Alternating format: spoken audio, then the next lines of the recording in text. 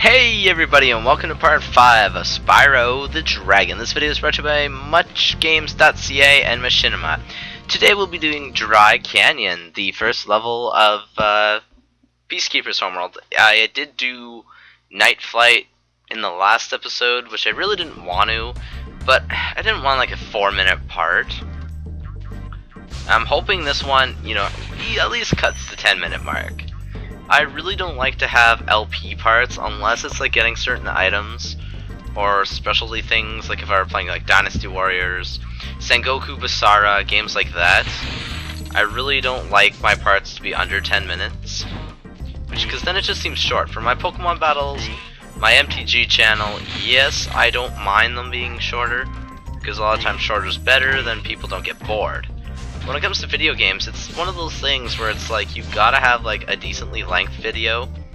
You can't be perfectly short. You can't be too short, or you can't be too long. You have to find that happy medium that works out for both you and your subs.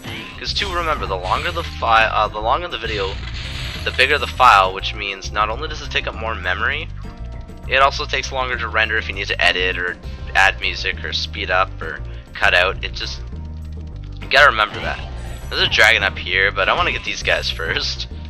Like, I think there's 400 gems and 4 dragons. It is a pretty big level. Anyways, let's talk to Conan the Barbarian. Thank you for releasing me. Yeah, and one of these thank you for releasing me dragons. I really don't like them. They're usually, dragons have really cool names. Like we had, what, Thor? Wait, do we have a guy named Thor? Yeah, in Town Square we had a dragon named Thor that did the exact same thing. Freaking awesome name from an awesome character, and then it's like, oh yeah, here you go. You get one little measly line in the entire game. Thank you for releasing me. And then you sound old and feeble, which is always good, but whatever. It's funny, I actually have to turn the volume up a lot when I'm playing this game to even hear the game. If I'm playing any of my other systems, especially the Wii U, it comes through extremely loud. But now we have Ivor. Is that you, Spyro? Are you the young dragon I've been hearing so much about? Ever since you're a wee puff of smoke, we've known, You've known? I forget. Instead of saying, I forget, you should have said, phooey. It just would have fit that spot so much better. Okay, these vultures are actually one of the only enemies in all of Spyro the Dragon to actually make it into into another level after this level. But actually, I think there's I think there's 2 or 3 enemies that do that. And yes, you can actually stop their cannonballs by charging into them, which I thought was great. For the longest time, I was always paranoid and always stopped and I'm getting hit or something. But you can actually just charge into them, which is great to know. Now, there's some gems over there, but we don't have a key yet, so we really don't need to do that just yet. That'll probably be the last thing I do in this level, but we will come back and get them. Sad part is we have to go all the way back up there just for this life and 3 gems.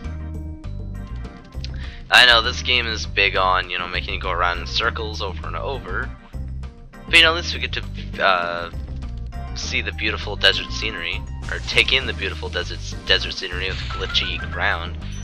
I love these. They have so many gems in them, or most of the time they do. Sometimes they only have like 1 or 2. Oh, I completely missed that.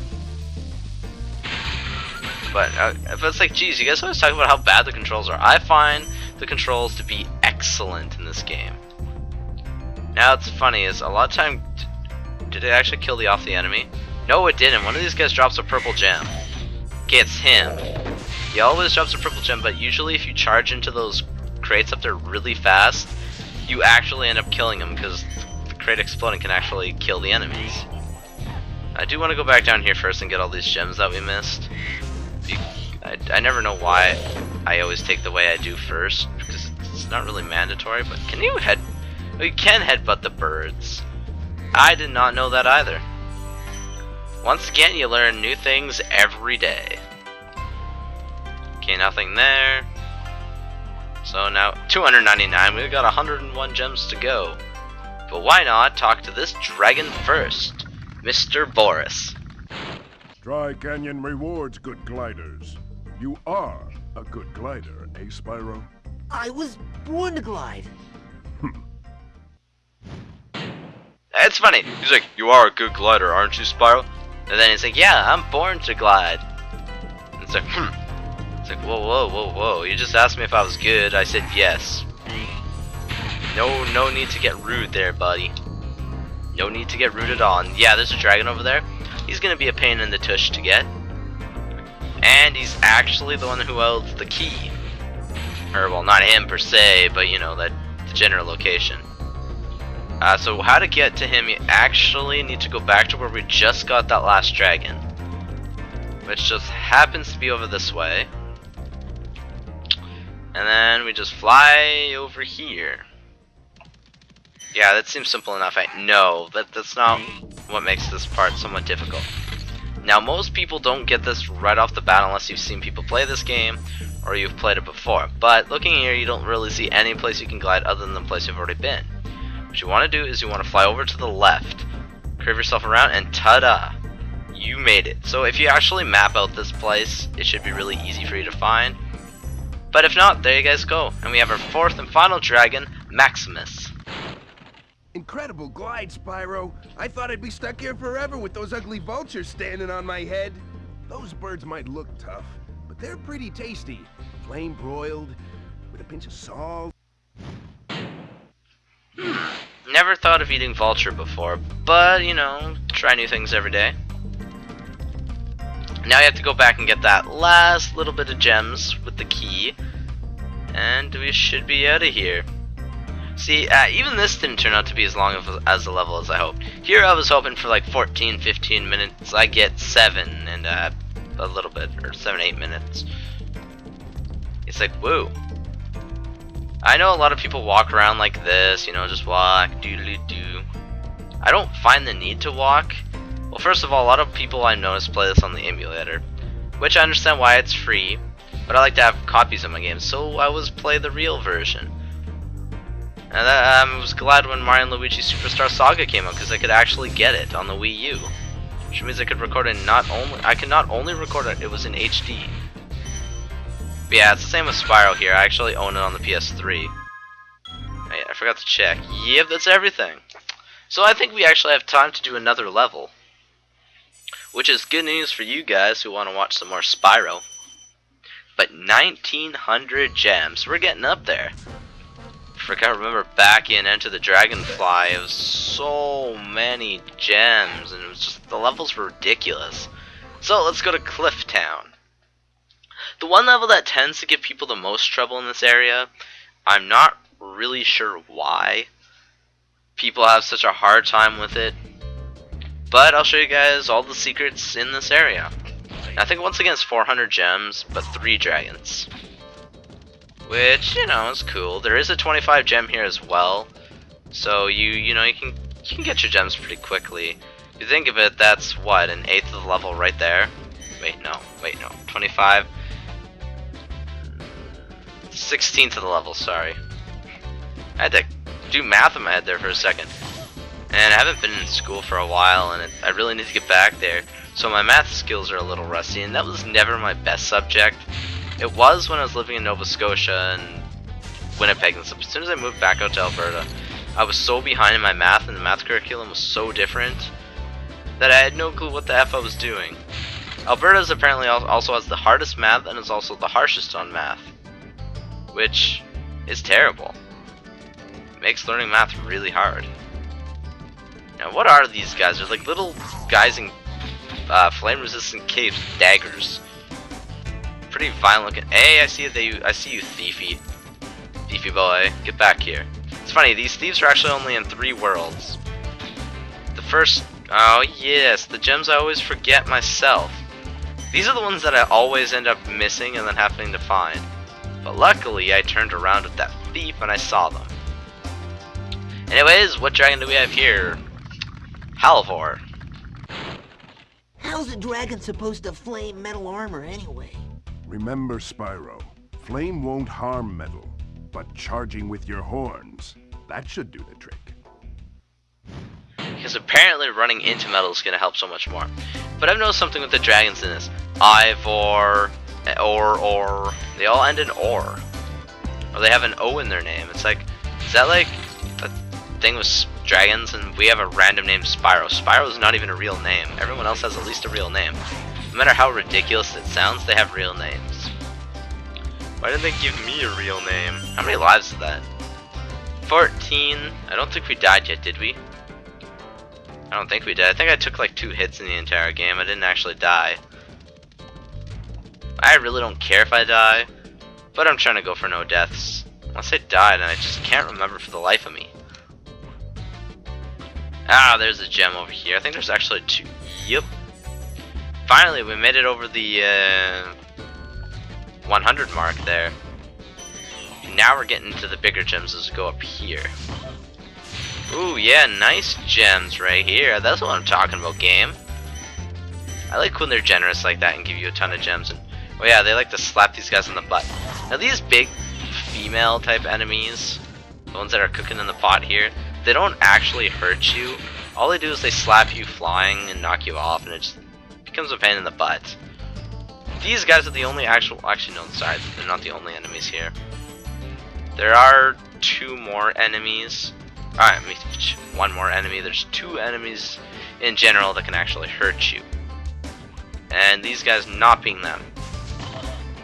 Yeah, I was able to actually, you know, damage them. Sweet, now I can get all my gems. And there's also our second dragon. Wouldn't mind picking him up here pretty quickly, but there's a skill point on. These ones shake. Yeah, that's cool. There's actually a skill point on Spyro 2 for flaming cactuses in a level. Cacti, sorry. And who do we have here? We have Enzo. See, O again. Hey, what's on the other side of that river? Why don't you glide there and find out? I just happen to want to go over there anyway. Thank you very much, dragon. For some reason, a lot of people have a hard time flying or gliding over here. I don't find it hard to get to. It's actually very simple. Now, yeah, remember how I said those vultures are going to be back? Yep, they're back. In black. Because, you know, they're black feathers. They're also back in white and yellow and like a tan skin beige color. Oh, see what I mean? I always take like 1 hit and that's it. I never die though. And we actually did both flight zones without any issues, which is a first.